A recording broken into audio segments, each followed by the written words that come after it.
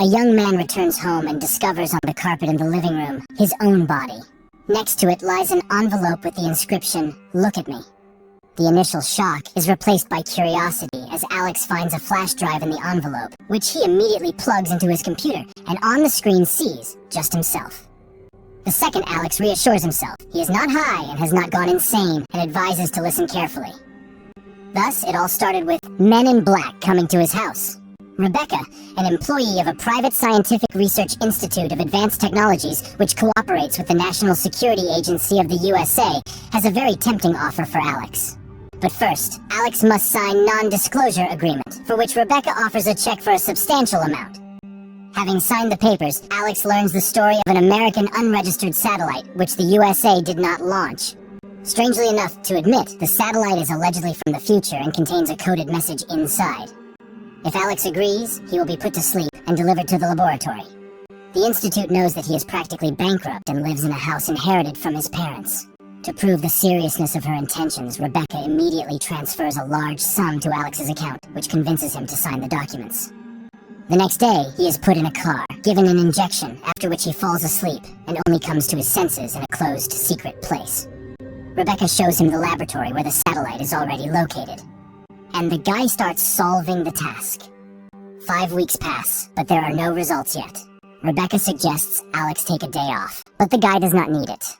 One day, he is visited by a vision in which a young woman decodes the same task. After that, Alex bleeds from his nose. Later, he finds the name of this woman written on the frame of the bed. Soon, Alex manages to decrypt part of the code, which contains drawings of an unknown device. Rebecca announces the end of his work and informs him that he will be taken home. Alex comes to his senses at home late at night. He feels ill, which he attributes to fatigue and stress.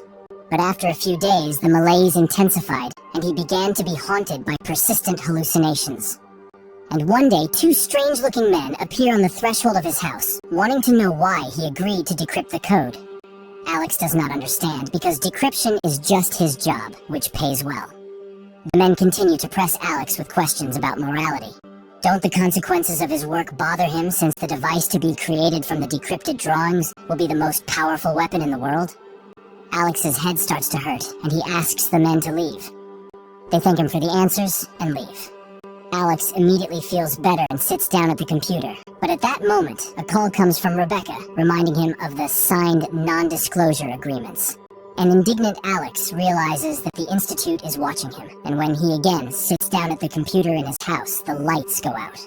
Alex goes outside and suddenly sees one of the 2 men who came to him with questions on the opposite side of the street. But the man's body starts growing before his eyes.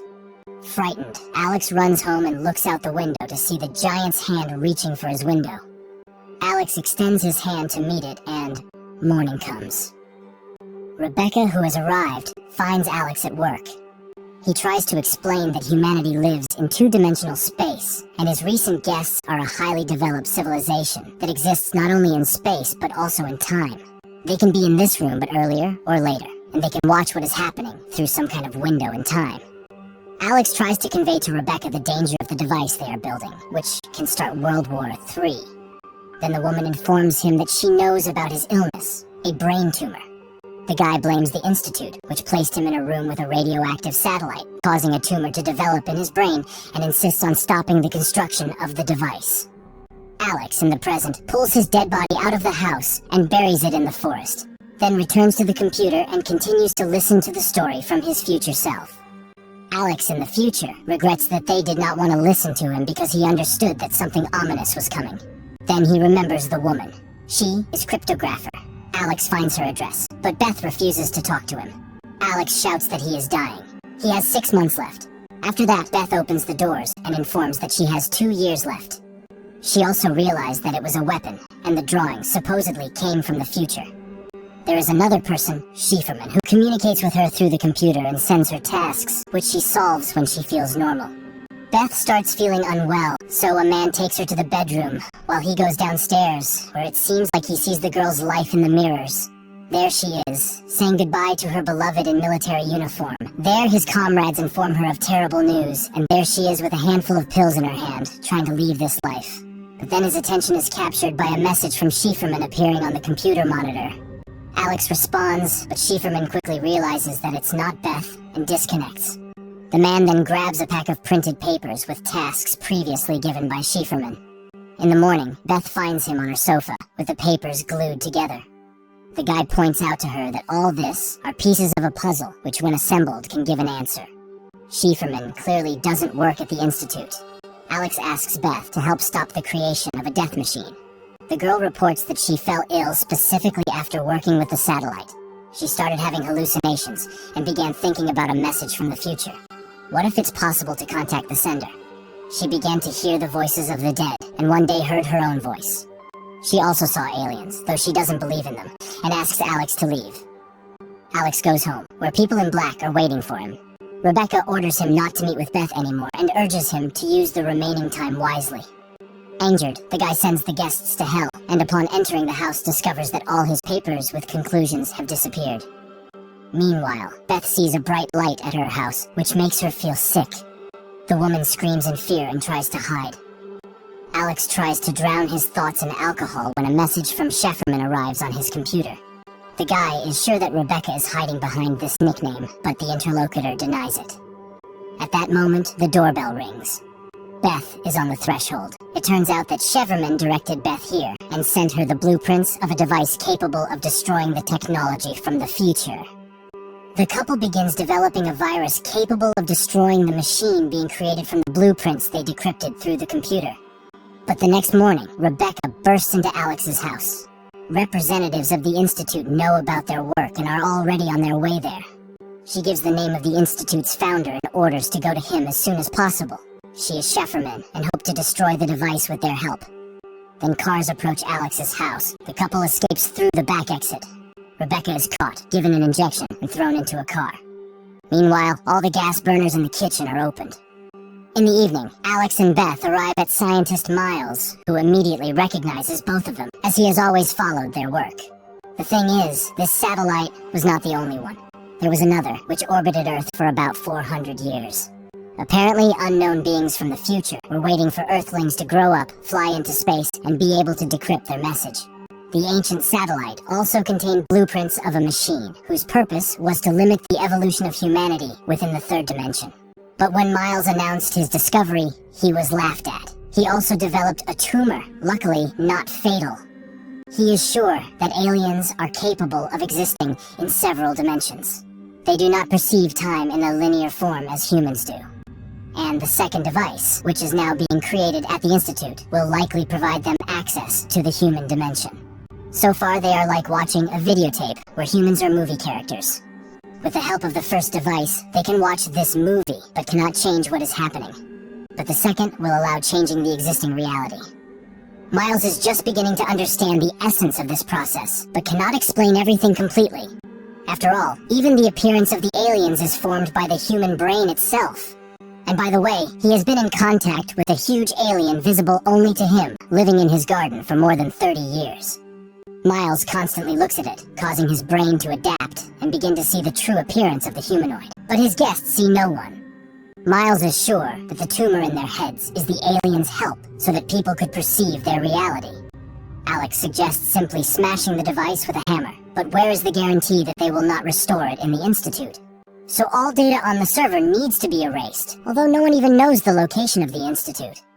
But Miles reminds that he is one of its founders, and he pulls out a map with a detailed plan of the Institute. At that moment, a loud bang is heard at the door. The couple runs away, while Miles tries to calm down the raging alien. Alex and Beth hit the road and soon find the Institute's building, where they open a hatch through which they sneak inside. There they separate, to increase the chances of finding the laboratory. Alex witnesses the strange behavior of a guard, who constantly returns backward and realizes that time inside the Institute is looped. Beth also falls into this loop. Realizing the futility of her attempts to go further, the girl activates the bomb. But because of the time loop, she is unable to leave the dangerous place. Alex goes into a dark room and tries to carry the bomb further when he is overtaken by an alien and literally disintegrates the man into small particles. A minute later, Alex finds himself tied to a table.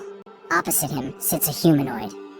Alex thinks he has died, but the alien denies his belief. They are simply curious about the human appearance and their experience of time. Linear time for aliens is incomprehensible and tedious, a labor-intensive cycle of empty beliefs. Humans are like in a trap, forced to constantly go through the same thing. Aliens, on the other hand, exist outside of time and space. They are in every moment. Therefore, causal connection and sequence of actions for them is a mystery. What will happen if a human no longer has to wait for something?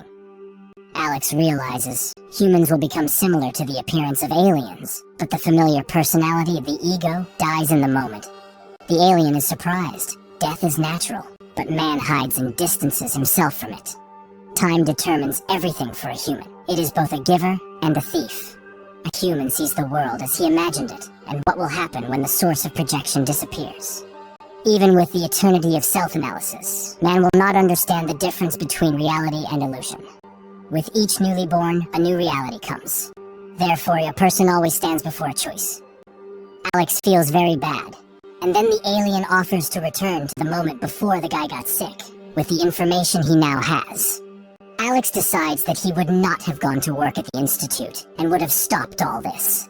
The alien is surprised. Why would he change his behavior if he's not able to change the situation? And then Alex admits, people do not choose what will happen. The humanoid insists, will his return to the past make a difference? Can something change? And immediately, the guy finds himself in his home, in front of the computer. He records this flash drive, realizing that nothing can be changed. The world may disappear tomorrow, but this is not news. Everything has already happened. Everything ended before it began. He puts the flash drive in an envelope and falls to the floor. The last words on the flash drive are about Alex in the past, warning Beth, and he drives to the girl's house, while Alex from the future, in his last words, asks to forget about everything and live on. Quite an interesting movie that makes you think, what if the concept of time really does not exist, and we live only here and now, in one single moment? Who made us believe that there is a past and a future? And is it true that a person does foolish things, not thinking about how his thoughts and actions change his own future? Friends, write your opinion in the comments.